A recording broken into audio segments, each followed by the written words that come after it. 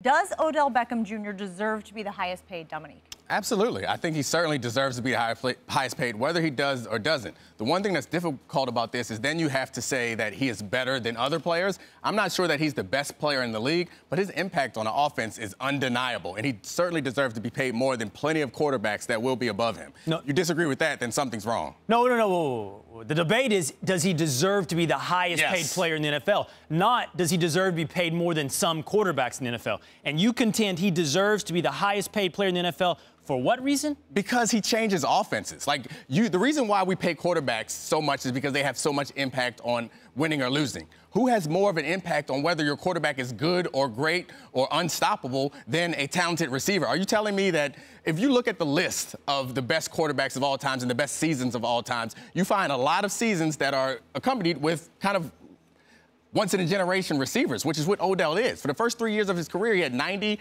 catches and 1,300 yards. Over that, first 3 years. No one else has done that. And you think about Tom Brady, when were Tom Brady's two best seasons? When he had Randy Moss. You think of what Randy Moss did for Dante Culpepper? He made him into a Pro Bowler, which is not necessarily what we thought of Dante Culpepper as.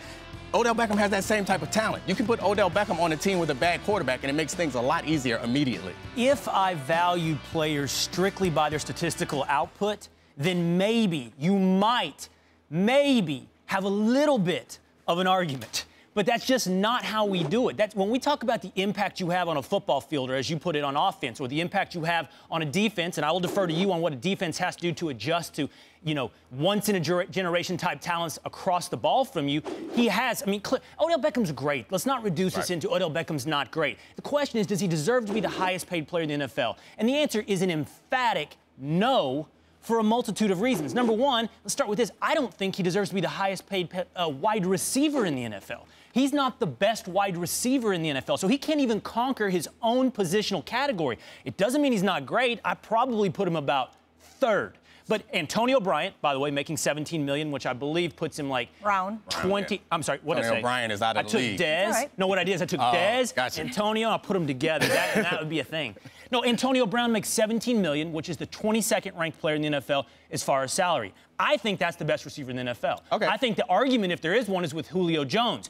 Then you get then you get to Odell. So let's clear up. So how does he get to be the highest paid player in the NFL if you can't be the best receiver?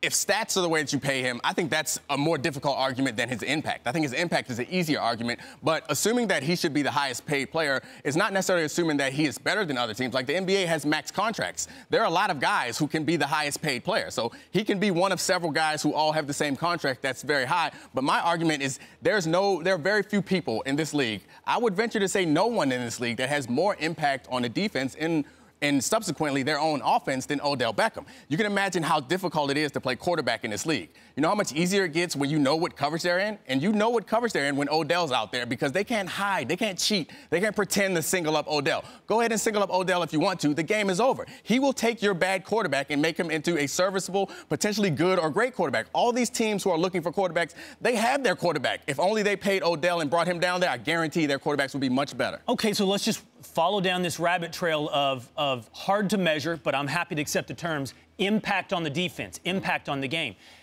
Even if I granted that Odell was the best receiver, had the most impact on any receiver in the game, you still lose versus the quarterback position. There is no way that a receiver can have more impact on the field than a quarterback can. He is downstream. He is downstream from the quarterback. Anything he does has to come at the action of the quarterback. Tom Brady doesn't need, honestly, an Odell Beckham to make that offense run, to have the impact of creating 5 Super Bowls. The quarterback always wins this battle. And by the way, this isn't just me. The top 14 salaries in the NFL go to quarterbacks because everyone realizes it's the most important position on the field. Just because it is the way that people think about it doesn't mean it's the right way to think about it. And saying that quarterback is most important is something that we all accept but may not necessarily be true. The relationship is symbiotic between the quarterback and the receiver. You can't separate the two. The quarterback is super important because he does well. If the receivers are terrible, the quarterback is nothing. If the quarterback is terrible, the receiver is nothing. So if you have a tremendous quarterback, you can make your bad receivers good. If you have a tremendous receiver, you can make your bad quarterbacks good. So just where you put the money, you want a good offense, you can have a great quarterback, you can have a great receiver, you can have a great running back, a great O-line. You can do those things in many different ways. And I'm just saying that Odell is good enough to make your offense formidable in the NFL. You can't argue with that.